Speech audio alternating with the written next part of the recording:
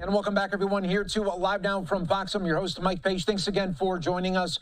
Our breaking news coverage continues of the tragic shooting of Charlie Kirk, dead at the age of 31. We are continuing to bring you the very, very latest on this. We know that the suspect's still at large. The manhunt continues for that shooter. Once we get more information, we'll pass that along to you. In the meantime, I do want to bring in our next guest. He was a witness to this terrible shooting today in Utah. Please welcome, everybody, Michael Maiorano. Thanks so much for being here with us, Michael. And you saw this all happen. Just tell our viewers where you were in connection to Charlie and everything that you saw. Yeah, as many of your viewers know, Charlie, when he visits college campuses, he has a table. He tables and asks students for them to prove him wrong or to debate or dialogue on a certain political or theological topic. And so I got to the event early, and I went to the line and I spoke with some of the members of the Turning Point chapter at UVU about my question that I wanted to ask him. And so they expedited me to the front of the line. And Charlie arrived on scene at about 12:02, a few minutes after noon, and I believe the shot was fired at 12:10. And I was probably 10th in line to ask a question.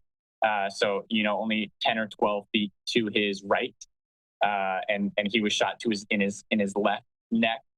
And so I didn't see the grotesque details because I was on the other side, but it was, I'm still in shock, but the first second was, oh, someone's playing, a crass joke to try and ruin the event and ruin the turnout. And then, after a few seconds, it was like, this is real.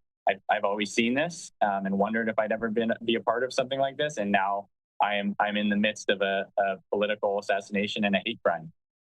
Yeah, I mean, it's just terrible just how it all unfolded, and to think you were just getting so close to giving your question to Charlie there. Now, when it happened, when the shooting happened, was it very loud? Did everybody know, okay, something is going on here? And when did the people started to run?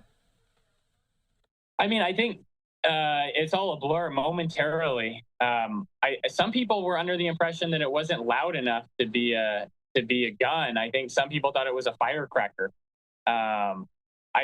People started to run pretty immediately. I think the people I was with prioritized getting down on the ground instead of running, just because it was in a bowl formation, and we were at the bottom of the bowl. And so if the shooter was up high, anyone that was running, we were afraid was just going to get mowed down. So it was probably 20 or 30 seconds of anticipating a second shot.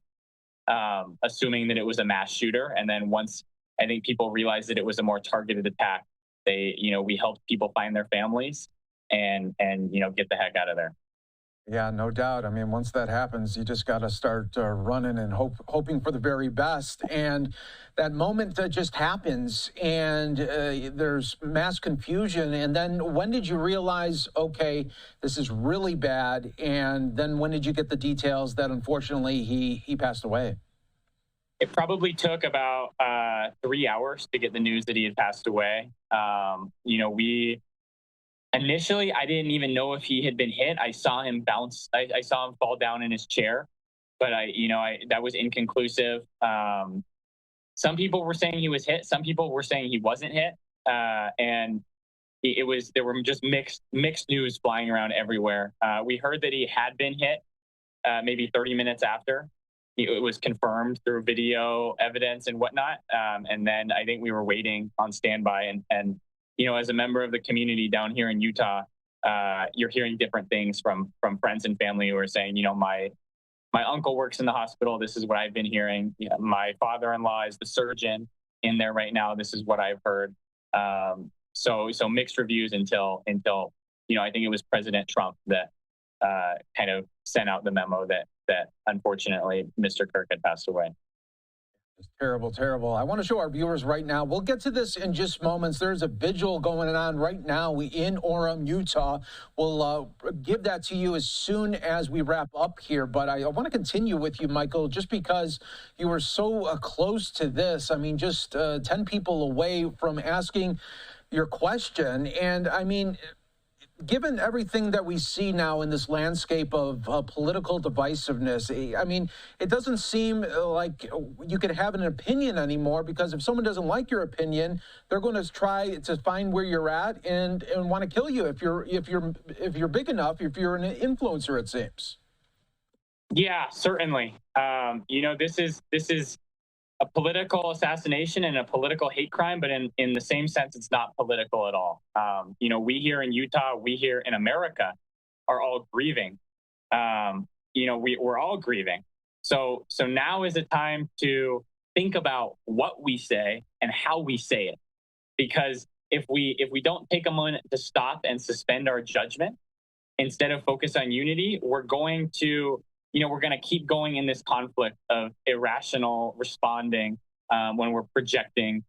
We're projecting our disbelief and our hurt and our anger, and even maybe some people's happiness, which is disgusting to say. But we need to take a minute and we need to suspend judgment, and we need to focus on the shared humanity in this.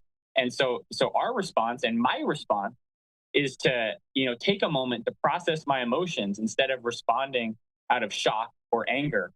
And yet, we need to understand everyone suffered a loss here, no matter what side you're on. This isn't just political. This is humane. And it is scary that we're killed for our beliefs, right? Our inalienable right, our endowed gift from God in the Constitution is the right to life. And there's just no word. There's no words that can describe this. There's no argument. There's no politics. The only way this can be solved is in shared compassion and in presence. And I can't offer my words. I can't offer my argument. I can't even offer my politics. I can only offer you and my loved ones around me here in Utah. I can only offer my presence, and I can sit and I can be with you, and I can listen to your sorrows, and I can cry with you. And the way I see it, that's the only way out of this sorrow and hurt. So true. And lastly, Michael, I want to get your thoughts because, a couple of hours ago, we heard an update saying that they had somebody detained that could be possibly the shooter. They said they were questioning him, so the manhunt was over. And now, just a little bit ago, within the last hour, we learned that the manhunt is back on. I mean, what are your thoughts on that? Where this little back and forth going on with police as well as trying to locate this coward? Yeah, I mean, the governor has assured people that we're going to get this guy. It's a tense situation right now with a manhunt and a shooter and a murderer, a criminal on the loose. But I have trust in the authorities, and I hope this person doesn't try anything else. But I don't know. It's anxious with all the uncertainty, but in situations, terrible crimes like this in the past, we have equally as little information as we do in this point. And you just have to have faith that, like the other stories, FBI and the government knows more than they're letting on, and they have a trace on this guy, and we're going to get him, and we're going to prosecute him to the highest extent of the law.